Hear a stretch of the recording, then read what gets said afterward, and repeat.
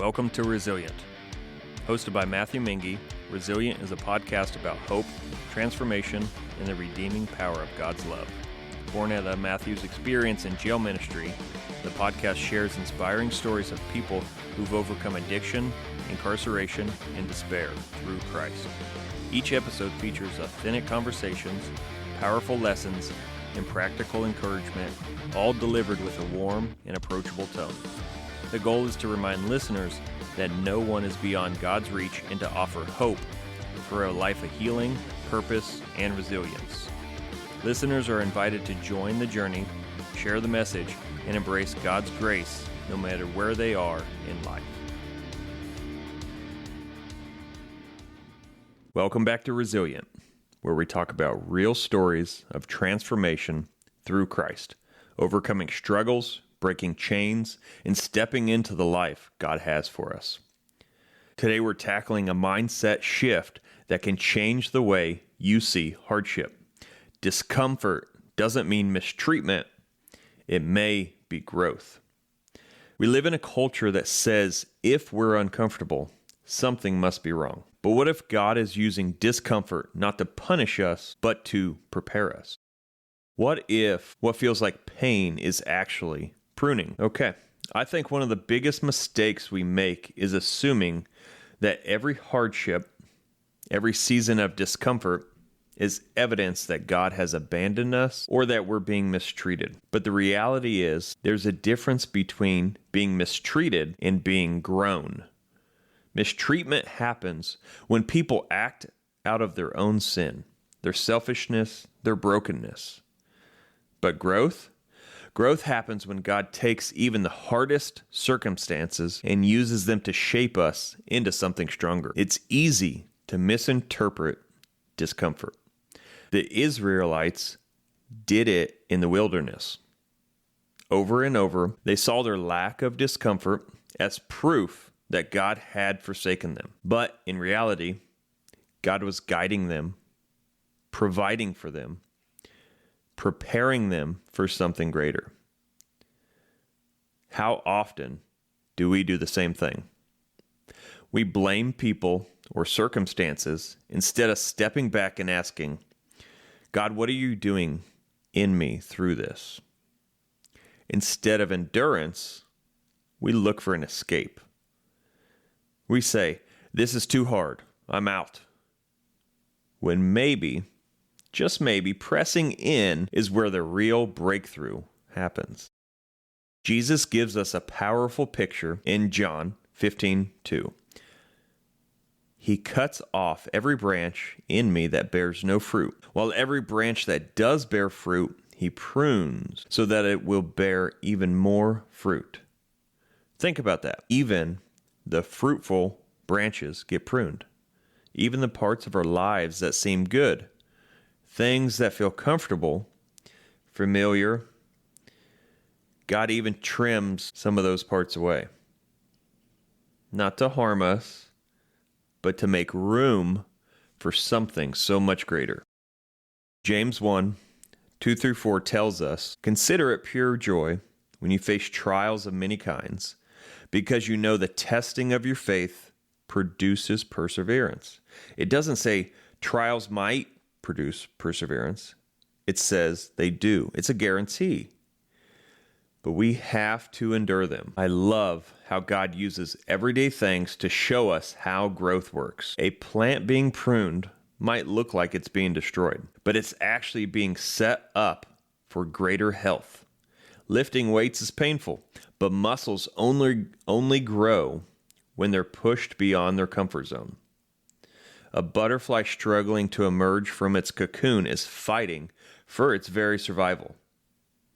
If you cut a cocoon open to make it easier, that butterfly will never develop the strength it needs to fly. A powerful example of this came up in a recent conversation with Pastor Adam on this podcast. Adam shared his story of spending years in and out of jail, caught in a cycle that felt hopeless. It's easy to look at a situation like that and see nothing but mistreatment. Mistreatment by the system, by the people who had given up on him, and maybe even by God. But something shifted. In the very place that felt like his lowest point, God met him. Jail wasn't just a place of punishment, it was a place of preparation. It was there, in the discomfort, that he encountered the love of Jesus in a way that changed everything. Instead of seeing jail as the end of his story, Adam realized it was a place where God was pruning him, shaping him for something greater. He started receiving a vision for his future, for ministry, for how he could take what he had been through and use it to help others. What once felt like a prison became a training ground for the purpose God had for him. Are you in a place that feels hopeless? Maybe, like Adam, what looks like a prison is actually a place where God is shaping your future. The Bible is full of stories of discomfort leading to growth. Look at Joseph, betrayed by his own brothers, sold into slavery, falsely accused, and thrown into prison. If anyone had a reason to feel mistreated, it was him. But every uncomfortable moment was positioning him for something greater. By the time God elevated him to second in command over Egypt, he had the wisdom, the endurance, and the humility to handle it. Paul, he spent years in prison for preaching the gospel. But instead of seeing those prison walls as a dead end, he used that time to write letters that now make up much of the New Testament. What felt like restriction was actually expansion. His words have reached more people from that prison cell than he ever could have done on foot. And then there's Jesus. The cross wasn't mistreatment, it was mission. He endured betrayal, torture, and death. Not because he had to, but because he chose to, because he saw the purpose in it. And through his suffering, salvation came to the world. So what do we do when we're in a season of discomfort? First, we trust God's process. Romans 8:28 says, "In all things, God works for the good of those who love him." Even when we can't see the full picture, he is working. Second, we stay faithful.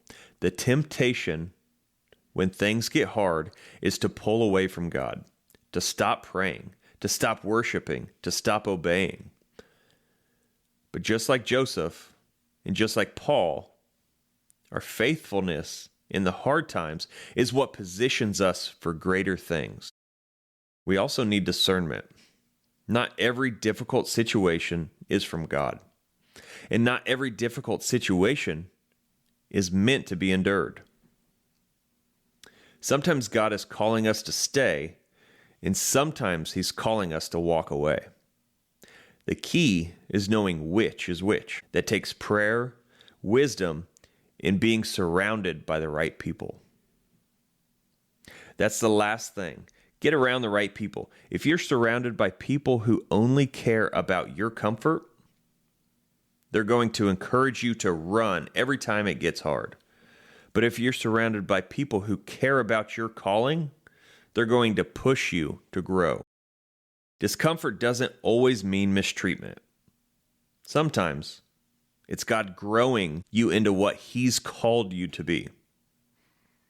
So here's my challenge to you. Take a look at your life right now. Where do you feel stretched? Where do you feel uncomfortable? Instead of trying to escape it, ask God, Lord, is this you stretching me? If this episode encouraged you, share it with a friend. And if you have a story of how God has used discomfort to grow you, I'd love to hear it. Your testimony could be the encouragement someone else needs. Thanks for tuning in to Resilient. Remember, God's goal is not your comfort. It's our Christ-likeness. And that kind of growth, it only comes through seasons of discomfort. I'll see you next time.